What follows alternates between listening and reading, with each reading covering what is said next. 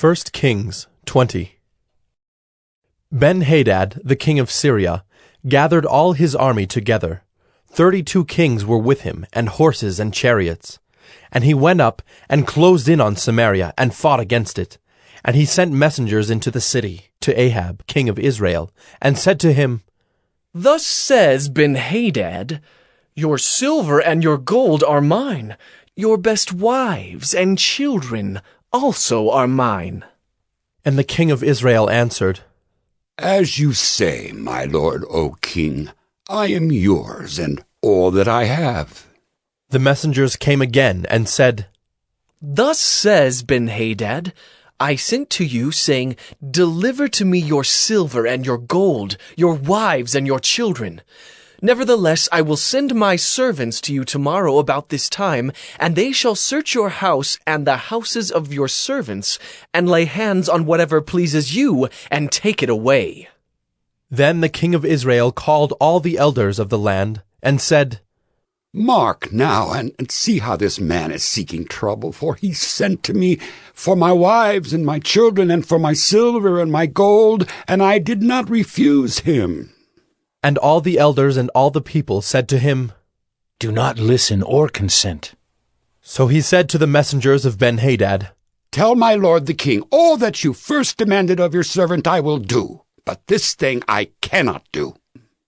And the messengers departed, and brought him word again. Ben-Hadad sent to him, and said, The gods do so to me, and more also, if the dust of Samaria shall suffice for handfuls for all the people who follow me.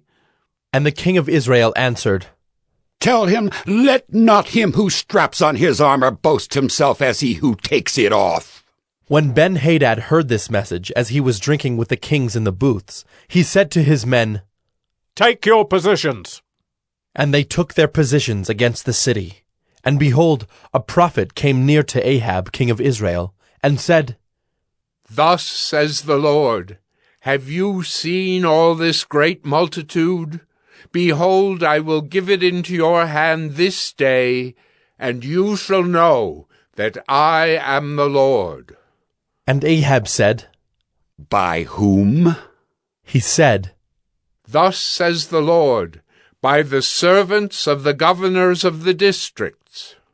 Then he said, Who shall begin the battle? He answered, You.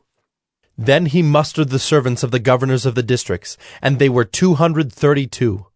And after them he mustered all the people of Israel, 7,000. And they went out at noon, while Ben-Hadad was drinking himself drunk in the booths, he and the 32 kings who helped him. The servants of the governors of the districts went out first, and Ben-Hadad sent out scouts, and they reported to him. Men are coming out from Samaria. He said, If they have come out for peace, take them alive. Or if they have come out for war, take them alive. So these went out of the city, the servants of the governors of the districts, and the army that followed them. And each struck down his man. The Syrians fled, and Israel pursued them. But Ben-Hadad, king of Syria, escaped on a horse with horsemen. And the king of Israel went out and struck the horses and chariots, and struck the Syrians with a great blow. Then the prophet came near to the king of Israel, and said to him, Come, strengthen yourself, and consider well what you have to do. For in the spring the king of Syria will come up against you.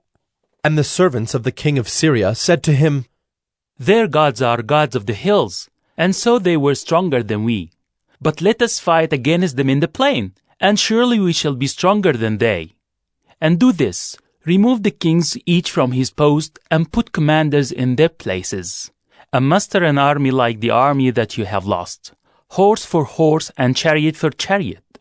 Then we will fight against them in the plain, and surely we shall be stronger than they.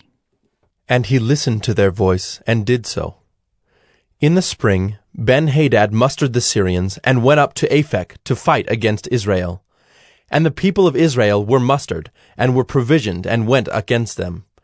The people of Israel encamped before them like 2 little flocks of goats, but the Syrians filled the country. And a man of God came near, and said to the king of Israel, Thus says the Lord, Because the Syrians have said, The Lord is a God of the hills, but he is not a God of the valleys. Therefore I will give all this great multitude into your hand, and you shall know that I am the Lord. And they encamped opposite one another 7 days. Then on the 7th day the battle was joined, and the people of Israel struck down of the Syrians 100,000 foot soldiers in 1 day. And the rest fled into the city of Aphek, and the wall fell upon 27,000 men who were left. Ben-Hadad also fled, and entered an inner chamber in the city. And his servant said to him, Behold now, we have heard that the kings of the house of Israel are merciful kings. Let us put sackcloth around our waists, and ropes on our heads, and go out to the king of Israel. Perhaps he will spare your life. So they tied sackcloth around their waists, and put ropes on their heads, and went to the king of Israel, and said, Your servant Ben-Hadad says, Please, let me live. And he said, Does he still live? He is my brother. Now the men were watching for a sign, and they quickly took it up from him, and said, Yes, your brother Ben-Hadad. Then he said, Go and bring him.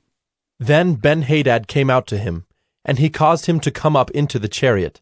And Ben-Hadad said to him, The cities that my father took from your father I will restore, and you may establish bazaars for yourself in Damascus, as my father did in Samaria.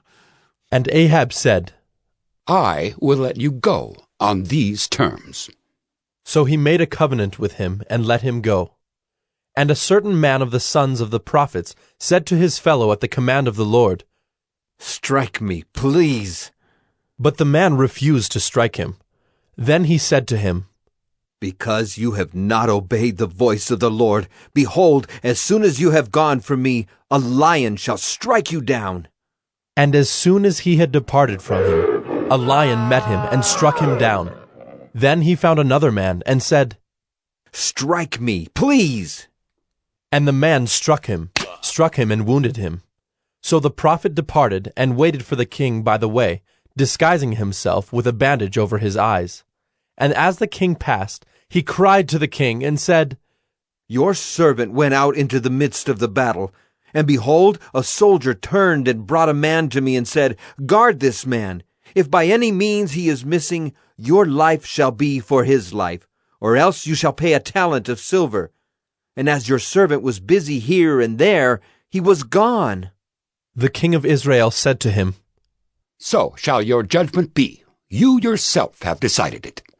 Then he hurried to take the bandage away from his eyes, and the king of Israel recognized him as one of the prophets. And he said to him, Thus says the Lord, because you have let go out of your hand the man whom I had devoted to destruction, therefore your life shall be for his life, and your people for his people.